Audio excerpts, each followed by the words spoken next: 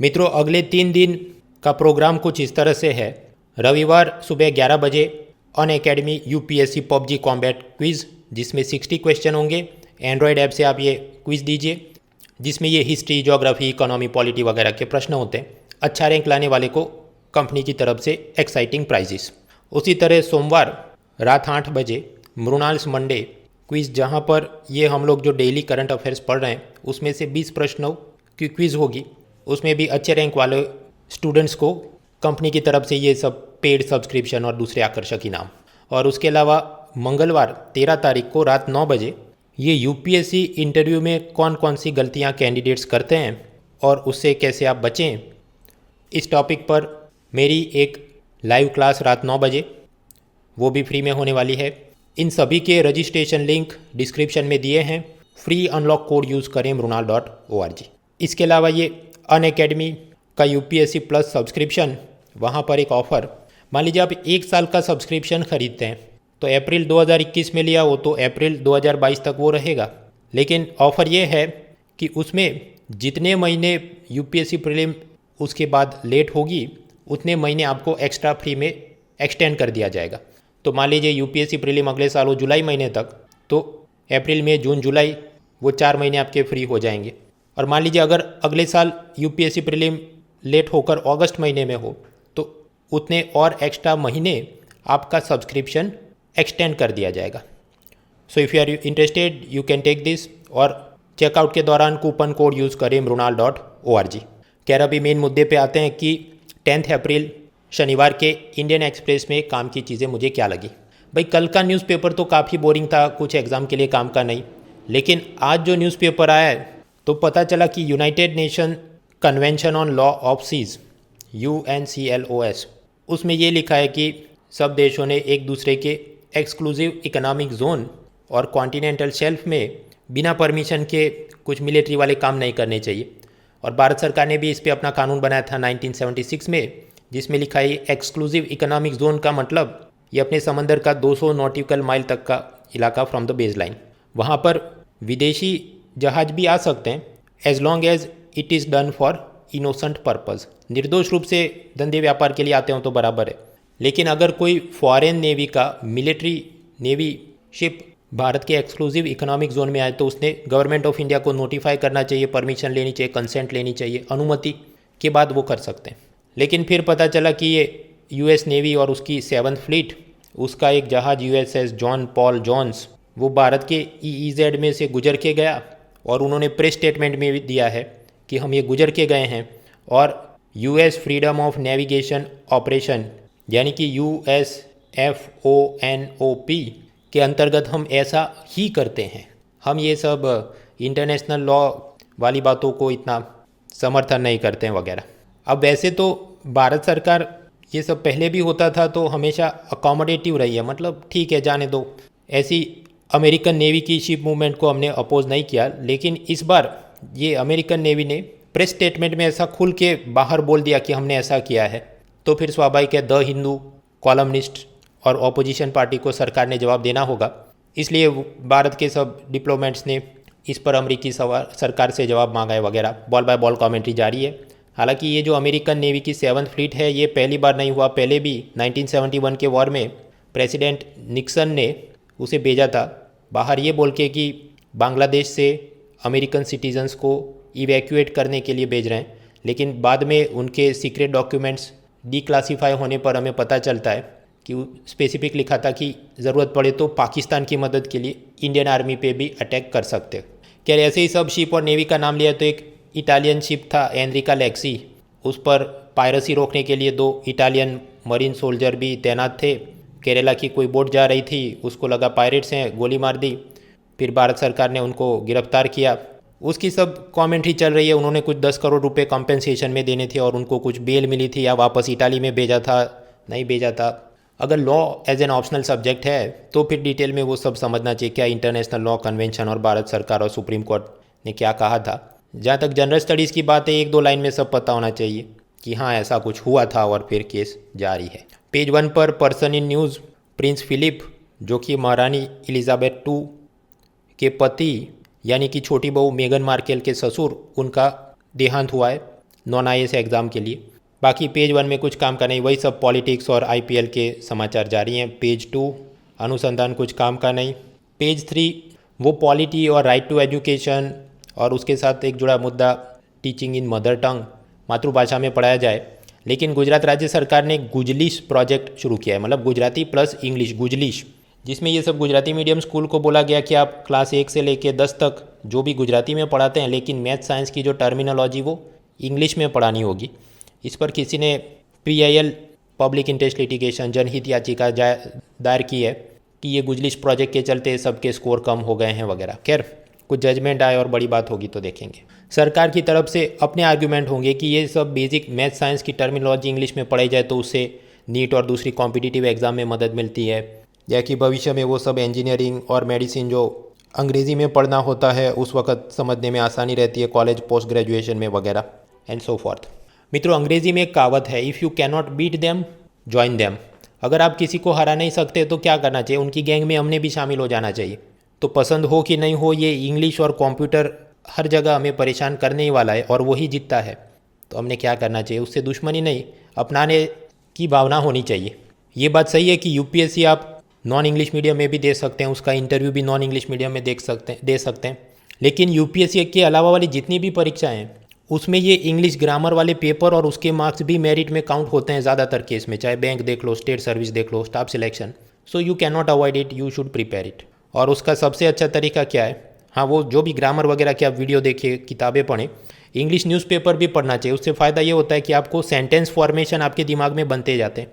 तो वो जो एक प्रश्न आता है, स्पॉट द एरर्स, सेंटेंस में दिया हो हैज़ और हैव और कौन सा होना चाहिए नहीं होना चाहिए, तो आराम से ऐसे प्रश्न वो CDS स्टाफ सिलेक्शन वगैरह के अंदर बैंकों में ग्रामर एरर वाले MCQ बहुत आसानी से आप निकाल पाएँ। खैर, आगे बढ़ते हैं पॉलिटी से एथिक्स की ओर। सूरत म्यूनिसिपल कॉरपोरेशन, उसने ऐसा ऑर्डर जारी किया कि ये म्यूनिसिपल स्कूल के टीचर्स, उन्होंने रात में स्मशान गृह में ड्यूटी करनी होगी कि कितने मुर्दा आए और उसमें कितने कोरोना के चलते मरे होंगे, उसका रजिस्टर बना के लिखते रहो।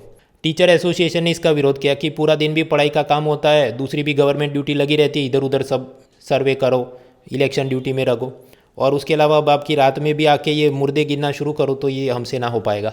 उसके सामने म्यूनिसिपल कॉरपोरेशन के अपने स्टाफ की क्या मानसिकता हो सकती है, उनको शायद ये लगता है कि कोरोना लॉकडाउन में वैसे भी क्या टीचिंग का काम होता है, तो आराम ही है, तो हम आपको सैलरी दे रहे हैं, तो ये टीचिंग नहीं तो ये वाला काम करो रात में।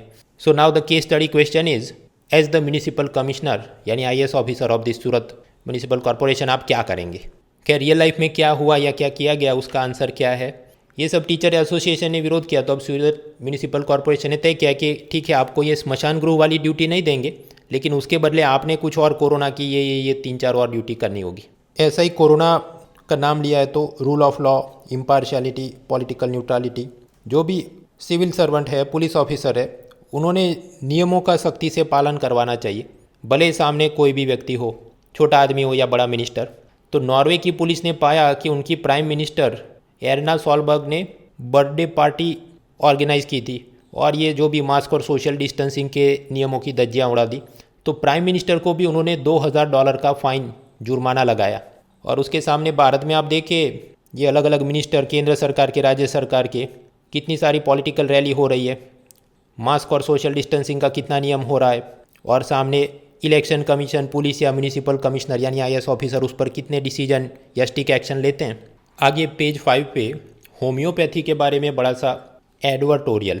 ये डॉक्टर क्रिश्चियन फ्रेडरिक सैमुअल हाहलमान, जो कि होम्योपैथी के पितामह माने जाते हैं, उनके जन्मदिन को होम्योपैथी के रूप में मनाया जाता है, वर्ल्ड होम्योपैथी डे के रूप में मनाया जाता है। और 2021 का थीम है homeopathy the ultimate green medicine. अब ये कैसे? क्योंकि ये जितने एलोपैथिक मेडिसिन है उसमें जितना केमिकल यूज़ होता होगा उसके सामने होम्योपैथी में बहुत कम, क्योंकि वहाँ पर तो छोटे छोटे शुगर क्यूब्स एंड बॉल्स के ऊपर थोड़ी थोड़ी मेडिसिन के ड्रॉप डाल के वो ट्रीटमेंट करते हैं। पेज 6 राशि भविष्य काम का नहीं, पेज 7 बड़े से एड्स काम के नहीं, पेज 8 में कुछ भी काम का नहीं। एक तो वही कोलेजियम सिस्टम वगैरह मैंने आपको आगे भी बताया था, थियरी पढ़ के ख़त्म करो। दूसरा है वो सेंसर बोर्ड के ऊपर जो फिल्म सर्टिफिकेशन एपीलेट ट्रिब्यूनल, उसको बंद किया गया, उसकी सब कंट्रोवर्सी, बेसिक मुद्दे हमने देख लिए। फिर इमरान खान ने जो वो कहा था कि महिलाओं ने पर्दे में रहना चाहिए, वो भी हमने कल देख लिया था। फिर बड़ा एक कॉलम है वायरस कोरोना के बारे में, लेकिन हमारे पास सफिशेंट बुलेट पॉइंट्स हैं, ये पूरी चीज़ how to deal with the second waves, वो एक्सेल फाइल में देख लो। उसके बाद एक और दूसरा बड़ा कॉलम है योगेंद्र अलग, जो कि मैं कभी पढ़ता नहीं, क्योंकि ये साहब की घूम फिर के बाद बस इतनी आती है कि 70s 80s 90s के ज़माने में मैं जब मिनिस्टर था तो मैंने क्या क्या काम किए थे।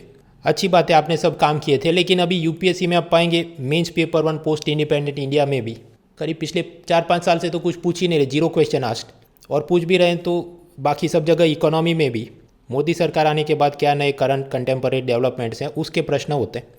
तो ये जो भूतकाल का है वो क्लास 11-12 की एनसीईआरटी वगैरह से आप समझ होनी चाहिए। थोड़ा वो बिपान चंद्र की पोस्ट इंडिपेंडेंट इंडिया की भी किताब ऊपर ऊपर से देख के समझ होनी चाहिए, बट बियॉन्ड दैट बहुत ज़्यादा घुस घुस के इस पर तैयारी करने का फ़ायदा नहीं। और मैं जितनी बार ये कहता हूँ कुछ बाबू सोने बहुत भावुक हो जाते हैं कि नहीं नहीं वो तो इंटरव्यू में पूछेंगे तो हम अपनी बुद्धिजीविता कैसे प्रदर्शित करेंगे। भाई इंटरव्यू में आपको प्रश्न पूछते हैं तो 2-3 मिनट से ज़्यादा तो जवाब देने का टाइम मुश्किल से मिलता है, फिर वापस वो उसको आपको पैनलिस्ट आपको फॉलोअप या काउंटर क्वेश्चन पूछ लेगा, तो उसमें कौन सा आप बड़े 45 मिनट्स की थीसिस उसको बताने वाले हो कि पढ़ के जाना है। इंडियन आइडल के जज हिमेश रेशमिया जो सलाह सभी गरीब कंटेस्टेंट को देते हैं वही मैं आप सबको देना चाहता हूँ। तेरे घर में रोटी चाहिए मुझको, क्लासिकल म्यूज़िक नहीं चाहिए। उतनी तैयारी करो जिससे अपने को प्लेबैक सिंगर जैसा काम मिल जाए। बहुत ज़्यादा क्लासिकल सिंगर वाला ज्ञान ले भी लिया कुछ काम का नहीं, अगर वो आपको नौकरी या रोज़गार या रोजी रोटी नहीं दिलवा सके। आगे चलते हैं, पेज 9 बंगाल इलेक्शन का बड़ा सा कॉलम काम का नहीं। स्मॉल सेविंग स्कीम्स पर ब्याज दर कम करने चाहिए, ज़्यादा करने चाहिए, भाई वो तो सब कॉमन लॉजिक वाली चीज़ें हैं। अब इसको इधर बॉन्ड यील्ड के साथ जोड़ के लंबी चौड़ी एनालिसिस दिए, इतना सब काम का नहीं, आगे बढ़ो। चिंता का विषय करके 2 लाइन में खुद से लिख सकते हैं, स्मॉल सेविंग स्कीम में इंटरेस्ट रेट कम होंगे तो लोअर मिडिल क्लास और गरीब लोगों को परेशानी होगी वगैरह, लेकिन साथ ही साथ उसमें और ज़्यादा इंटरेस्ट ऑफर भी नहीं कर सकते क्योंकि सरकार ने भी बहुत पैसा बोरो करना है कोरोना के बाद इकोनॉमी को रिवाइव करने के लिए एंड सो फॉर्थ। फिर तीसरा बड़ा कॉलम वापस कोरोना और उसके सेकंड वेव के बारे में कुछ नया जानने को नहीं, आगे बढ़ो। Page 10 explain series. Endemic species मतलब स्थानिक प्रजाति, ऐसा कोई पशु पक्षी पौधा या जीव जो एक पर्टिकुलर जियोग्राफिकल रीजन में ही पाया जाता है, उसके बाहर नहीं पाया जाता। जैसे माडागास्कर के लेमूर बंदर या हिमालय के स्नो लेपर्ड्स, तो वो वहीं होते हैं, उसके बाहर वो रह नहीं सकते, माइग्रेट करें तो भी उनको जमेगा नहीं, मर जाएंगे। तो एक नए रिसर्च से पता चला अगर ग्लोबल वार्मिंग को हमने काबू में नहीं किया तो ये सब एंडेमिक स्पीसीज़ के मरने का जोखिम करीब 3 गुना और ज़्यादा हो जाएगा, क्योंकि ये अचानक से गर्मियाँ बढ़े कहीं और जा नहीं सकते और जाएंगे भी तो सर्वाइव नहीं कर पाएंगे, वहाँ पर उनको जो भी फल फूल पौधे खाने होते हैं या जानवरों का शिकार करना होता है वो मिल नहीं पाएगा एंड सो फॉर्थ। तो हमने ये जो पेरिस डील और उसमें जो बातें हैं कि ग्लोबल वार्मिंग को 2 डिग्री सेल्सियस तक में कंट्रोल में रखना है, उसका हमने सख्ती से पालन करना चाहिए। हाँ, तो ये सब काम का कैसे है। एंडेमिक स्पीसीज़ का मतलब क्या होता है वो एमसीक्यू में, फिर उसके कुछ एग्जाम्पल वो भी एमसीक्यू में, और जब मेंस आंसर राइटिंग निबंध वगैरह लिख रहे हैं तो वाई कंट्रोल क्लाइमेट चेंज, तो बहुत सारे मुद्दे और भी हैं और ये वाला भी जोड़ सकते हैं depending on the word limit. उसके बाद दूसरी एक्सप्लेन सीरीज़ है अमेरिका के टैक्स प्रपोजल। कुल मिला के मुद्दा ये है, ये बड़ी बड़ी मल्टीनेशनल कंपनियाँ, बहुराष्ट्रीय कंपनी निगम जैसे एप्पल, फेसबुक, गूगल, ये अपनी अलग अलग सब्सिडियरी कंपनी टैक्स हेवन यानी कर स्वर्ग हो ऐसे देश में लगाते हैं। कर स्वर्ग मतलब ऐसा देश जहाँ पर कॉरपोरेशन टैक्स यानी निगम कर, कंपनी के मुनाफे पे लगने वाला टैक्स वो बहुत कम हो, जैसे लग्जमबर्ग, ब्रिटिश वर्जिन आइलैंड, केमन आइलैंड, मॉरिशस। यूजुअली 1-2% या उससे भी कम टैक्स मांगा जाता है। प्रश्न ऐसा क्यों? क्योंकि भाई वो छोटे छोटे देश है तो वहाँ तो 1% भी मोटी रकम हो जाएगी उनके लिए तो, और उस बहाने जितने फॉरेनर्स आए तो टूरिज्म में उनकी इकोनॉमी चल जाए, ऐसा ये छोटे देश सोचते हैं। इससे प्रॉब्लम होती है बड़े देशों को, क्योंकि फिर ये अलग अलग कंपनियां अपना सारा प्रॉफिट वहाँ शिफ्ट करती हैं, फिर कुछ बहाना बनाती है कि देखो डबल टैक्सेशन अवॉइडेंस अग्रीमेंट है तो इस हिसाब से हम टैक्स देंगे नहीं देंगे। ये चक्कर में भारत सरकार हर साल करीब $100 करोड़ और अमेरिकी सरकार करीब $500 करोड़ नुकसानी में जा रहे हैं because of this type of tax avoidance, कर परिहार के चलते। भारत सरकार भी इससे लड़ रही है, उसके लिए अलग अलग नियम कानून बनाए जैसे जनरल एंटी अवॉइडेंस रूल्स यानी गार, GAAR, place of effective management POEM, यानी भले आपकी कंपनी मॉरिशस में रजिस्टर है लेकिन उसका जो भी CEO MD भारत से बैठ के सब काम कर रहा है तो फिर भारत सरकार उस पर टैक्स मांगेगी भले कंपनी मॉरिशस में हो। फिर डबल टैक्सेशन अवॉइडेंस अग्रीमेंट, जिसमें कुछ ऐसे नियम थे कि मॉरिशस, सिंगापुर के कंपनियां भारत में प्रॉफिट कमाए तो फिर उनके देश की टैक्स मांगेगी सरकार और भारत सरकार टैक्स नहीं मांग सकती, लेकिन फिर भारतीय लोग ही अपना पैसा घुमाकर वहाँ से इन्वेस्ट करवा रहे थे तो उस पर भी हम लोग ये राउंड ट्रिपिंग के खिलाफ लड़ने के लिए नियम बनाते हैं। OECD संस्थान ने एक base erosion and profit shifting यानी BEPS के खिलाफ लड़ने के लिए एक ट्रीटी बनाई है। तो भारत ने उसको भी साइन किया है ताकि ये बड़ी बड़ी मल्टीनेशनल कंपनियां अपना सारा प्रॉफिट ऐसे सब टैक्स हेवन में शिफ्ट करके टैक्स भरने से बचती हैं, उसको लड़ सके। इन सब के सामने अमेरिका ने क्या किया? अमेरिका के फॉर्मर प्रेसिडेंट डोनाल्ड ट्रंप, उनको लगा कि कंपनियों पर टैक्स कम होने चाहिए ताकि जॉब GDP एक्सपांशन में मदद मिले, तो उन्होंने तो टैक्स कम किए थे। फिर अभी प्रेसिडेंट बिडेन आए, वो टैक्स बढ़ाने की बात कर रहे हैं कि अमीरों ने ज़्यादा टैक्स देना चाहिए, कोरोना से लड़ने के लिए हमको पैसा चाहिए। And further America has propose to the G20 group of countries कि आप सब लोग भी कुछ तय करिए कि मिनिमम इतने % से कम टैक्स तो नहीं होना चाहिए, मान लीजिए 21%, और आगे चल के ऐसी कोई सिस्टम ये सब टैक्स हेवन पे भी लागू हो ताकि ये जो कंपनियां टैक्स चुरा रही हैं उससे हम लड़ सकें। ऐसे ही सब कम टैक्स वाले देशों की नाम लिया है तो सिंगापुर, वहाँ भी करीब 6% के आसपास ही टैक्स होता है कंपनियों के प्रॉफिट पे। खैर, Singapore has become the first country to ratify regional comprehensive economic partnership agreement यानी RCEP। ये क्या है? आसियान देश और उसके जो फ्री ट्रेड पार्टनर हैं, फ्री ट्रेड अग्रीमेंट वाले पार्टनर जैसे न्यूजीलैंड, ऑस्ट्रेलिया वगैरह, उनके बीच में ये मुक्त व्यापार का कुछ समझौता। भारत सरकार को भी ऑफर किया था लेकिन उन्होंने कहा हम ज्वाइन नहीं कर सकते क्योंकि हमारी लोकल डेयरी को न्यूजीलैंड की डेयरी से खतरा है वगैरह। वो सारे मुद्दे हमने वैसे विन20 सीरीज़ में पढ़ लिए थे, देख लेना। फिर तीसरी एक्सप्लेन सीरीज़ है ये अमेरिका के नेवल शिप भारत के एक्सक्लूसिव इकोनॉमिक जोन में आए। वो पूरी उसकी डिटेल mrunal.org/current में मैं जो एक्सेल फाइल अपलोड करता हूँ उसमें आप देख लीजिए है। आगे बढ़ो, उस पर 500 घंटे की PhD नहीं करने हमने। ऐसे ही सब इंटरनेशनल रिलेशन में इंडिया और चाइना की मिलिट्री जनरल्स के बीच 11th राउंड ऑफ टॉक्स, 11वीं बार कुछ मंत्रणा हो रही है। भाई वो 11वीं बार नहीं हो के 1111वीं बार भी हो जाए तो भी चीन अपनी हरकतों से बाज आने वाला है नहीं। आगे बढ़ो। उसी तरह चीन और पाकिस्तान ने तय किया यूनाइटेड नेशन में ज़्यादा सहयोग करेंगे, तो भाई वो तो हम नहीं भी पढ़े तो भी समझ ही सकते हैं वो सहयोग ही करेंगे। ऐसे ही सब इधर उधर के समाचार पेज 11-12 में काम के नहीं। पेज 13 पॉलिटिक्स, ममता बनर्जी कुछ टाइम से ऐसा बोल रही थी कि ये central arm police forces CAPF, उसके सब जवान वो अमित शाह के कहने पर TMC के कार्यकर्ताओं को कुछ परेशान कर रहे हैं या ऐसी सब वो कुछ बातें रैली में बोल रही थी। इलेक्शन कमीशन ने उनको नोटिस भेजा कि आप ऐसा कह के ये सब पुलिस बल का मनोबल तोड़ रही हैं। तो ममता बनर्जी ने कहा I don't care anything about your election commission show cause letters, जो कि असल में दर्शाता है कि इलेक्शन कमीशन उसने पहले भी कंट्रोवर्शियल स्टेटमेंट्स पर कोई स्ट्रॉन्ग एक्शन नहीं लिए, इसलिए सब नेता लोग उसकी बात गंभीरता से नहीं लेते। पेज 14 वर्ल्ड न्यूज़ में ला सोफ्रायर नाम का ज्वालामुखी कैरेबियन ग्रुप ऑफ आइलैंड्स में है, फट गया places in news. Northern Ireland में धमाल जारी है, उसमें उनके सब प्रो ब्रिटिश सपोर्टर और आयरलैंड वाले और ब्रेग्जिट के बाद XYZ प्रॉब्लम। तो वो असल में मुद्दा क्या है? अगर आपका UPSC इंटरव्यू अभी आने वाला है तो आपको 2 लाइन में समझिए, बाकी हमको पढ़ने की ज़रूरत नहीं है as far as this means is concern, क्योंकि उसमें साफ साफ लिखा है इश्यूज़ अफेक्टिंग इंडियन इंटरेस्ट। तो अभी ब्रिटेन और नॉर्दर्न आइलैंड में क्या धमाल चल रही है और उसमें भारत को क्या असर होगा? भाई वो ऐसा माइक्रोस्कोपिक चीज़ है, उसको खींचते जाओगे उससे पहले 250 वर्ड्स में ऐसे प्रश्न बनते नहीं है। So move forward. और उसमें से भी मैं ब्रह्म ज्ञान हासिल कर लूँगा तो इधर उधर कहीं लिख सकते हैं ना इंटरनेशनल रिलेशन में, भाई लिख तो सकते हैं but how much time you have to invest in that topic versus what is the utility. आगे बढ़ो। अमेरिका में प्रेसिडेंट बिडेन ने अपना पहला बजट जारी किया, उसकी सब एनालिसिस हम नहीं करने बैठेंगे क्योंकि हो सकता है 1-2 दिन में वापस इंडियन एक्सप्रेस खुद एक्सप्लेन सीरीज़ करे, तो कुछ जाने लायक होगा तो देखेंगे। ग्रेटा थनबर्ग ने यह कहा है कि अगली यूनाइटेड नेशन क्लाइमेट कॉन्फ्रेंस जो होने वाली है उसमें मैं हिस्सा नहीं लूँगी क्योंकि ये सब अलग अलग देश वो वैक्सीन नहीं दे रहे हैं वगैरह वगैरह, कह रहे एग्ज़ाम के लिए काम का नहीं। वो समिट होने किधर वाली है दैट यू शुड नो, और वो तो एक्सेल फाइल में दिया है। ग्रेटा थनबर्ग ने उसमें हिस्सा लिया नहीं लिया, भाई ऐसा MCQ बनने के चांस कम ही है। उसी तरह पर्सन इन न्यूज़ में ऑल साइमंस, जो कि अमेरिका के मशहूर रैपर थे, निक नेम या स्टेज नेम था DMX, उनका देहांत हुआ। दुखद समाचार, लेकिन अपनी एग्ज़ाम के लिए काम का नहीं।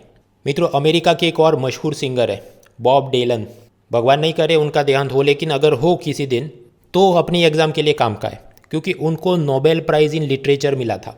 तो ये समझ होनी चाहिए। मैं कई बार देखता हूँ ये सब रेलवे SSC के इतने सारे यूट्यूब चैनल निकले, कुछ भी हवा में प्रश्न बनाते रहते हैं मॉक क्वेश्चन के नाम पे। अरे भाईपन, what is the relevance of this from exam point of view? अभी Al Simons who died was a famous blank, doctor था, मैथमेटिशियन था, रैपर था। भाई वो किधर अपनी एग्ज़ाम में पूछते हैं ऐसा। आगे बढ़ते हैं। पेज 15 में कुछ काम का नहीं, सिवाय एक मुद्दा, वो Singapore became first country to sign RCEP।